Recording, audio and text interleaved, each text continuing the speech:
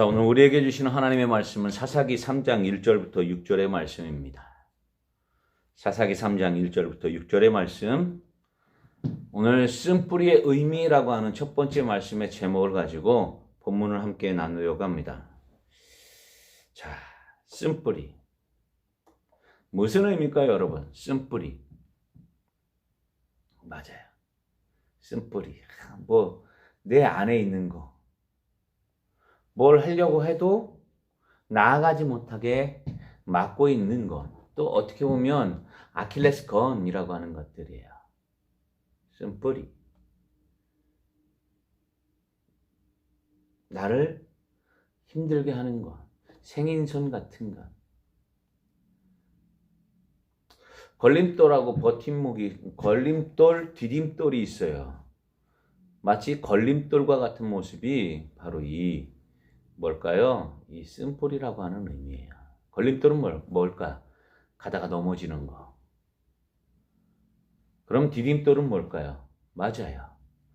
어느 개울을 건너갈 때라든지 나를 밟고 넘어가면서 도움이 되는 그런 거겠죠.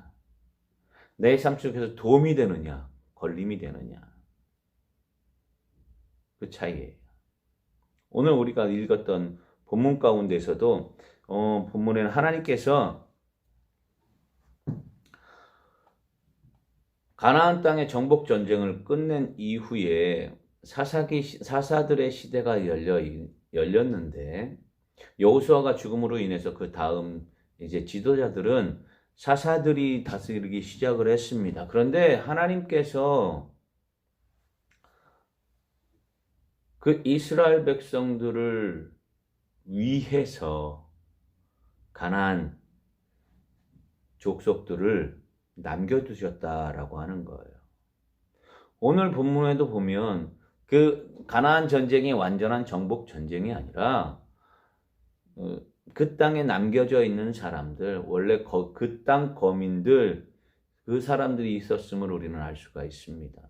그들이 가나안 사람들인데 그 사람들이 이스라엘 백성들, 하나님이 인도하신 하나님의 백성들하고 함께 살아가고 있다라고 하는 것을 볼 수가 있습니다.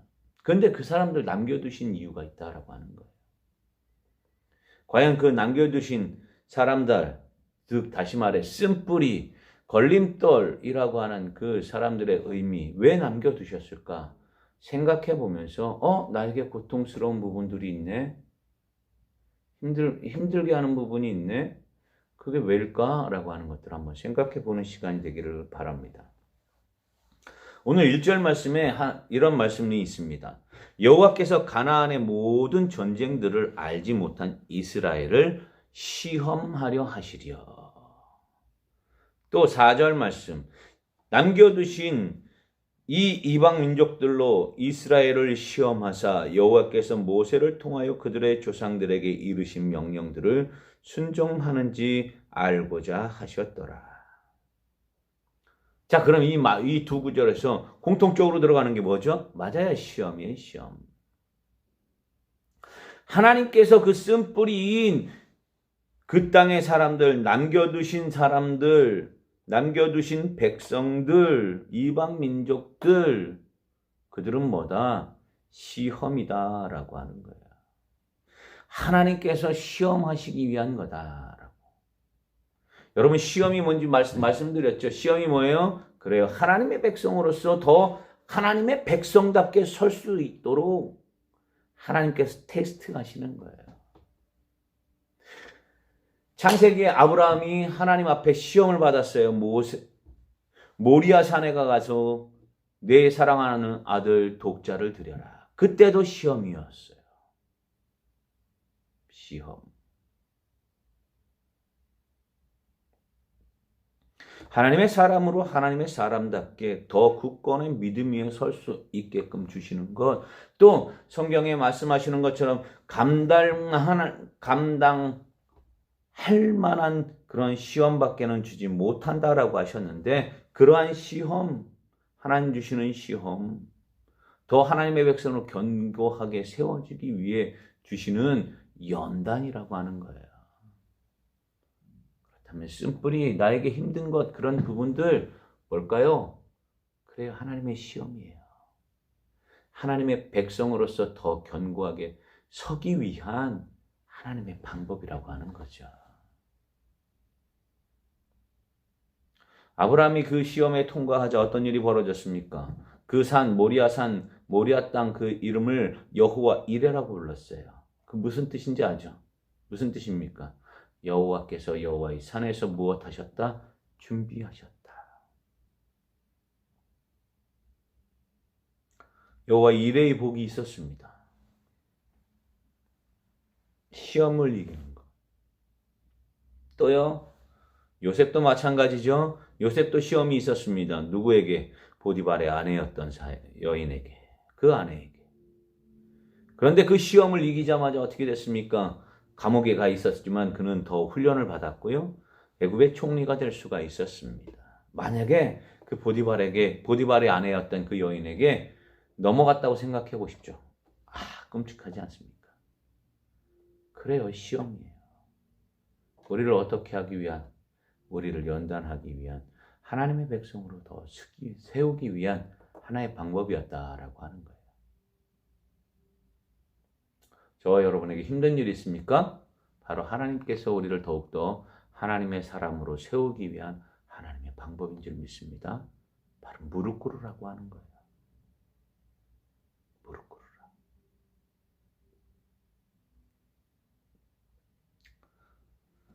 또 두 번째는 뭘까요? 오늘 본문 2절 말씀에 이렇게 기록하고 있습니다. 이스라엘 자손의 세대 중에 아직 전쟁을 알지 못하는 자들에게 그것을 가르쳐 알게 하려 하사라고.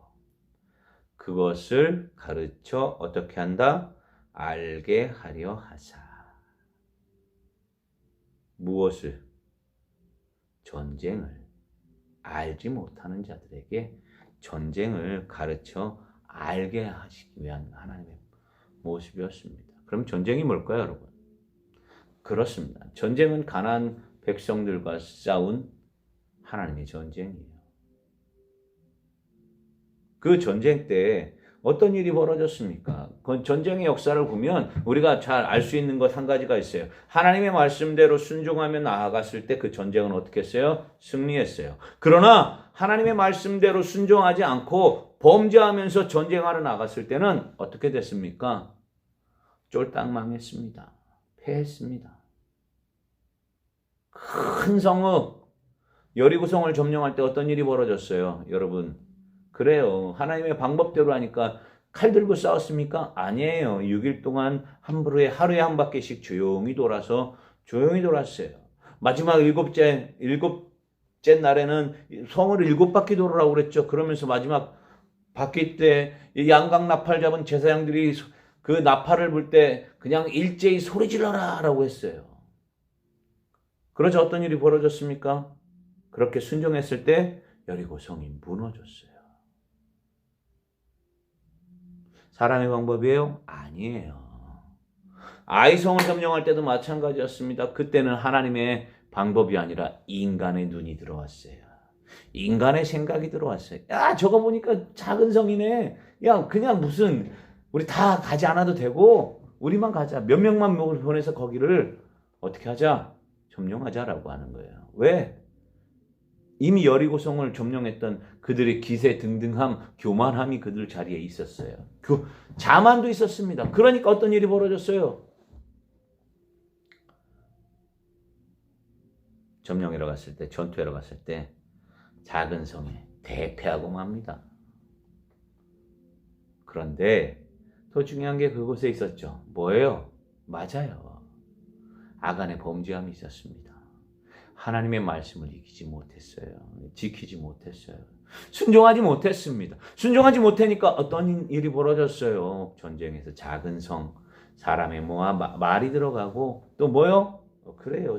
사람의 말, 사람의 생각, 하나님은 뒷전이었어요. 그랬더니 어떤 일이 벌어졌습니까, 여러분? 그래요. 패했어요. 보기 좋게 대패했습니다. 우리 사랑의 예천공 친구들, 우리는 주님의 말씀, 주님의 방법, 또한 주님께서 주신 것들, 우리가 온전히 잘 알고 깨달아서 그 주님을 향해 나아갈 수 있는 여러분들 될 수 있기를 바랍니다. 그리고 마지막으로 세 번째 뭘까요? 결국엔 그거예요. 무엇? 하나님의 말씀을 순종하는지. 하나님께서 만드신 하나님의 말씀, 율법의 명령에 복종하는지 복종하지 않는지.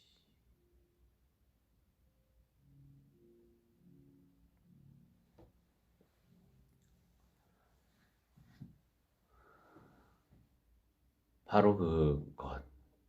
그 말씀은 바로 이거예요. 하나님의 은총이라고 하는 거예요.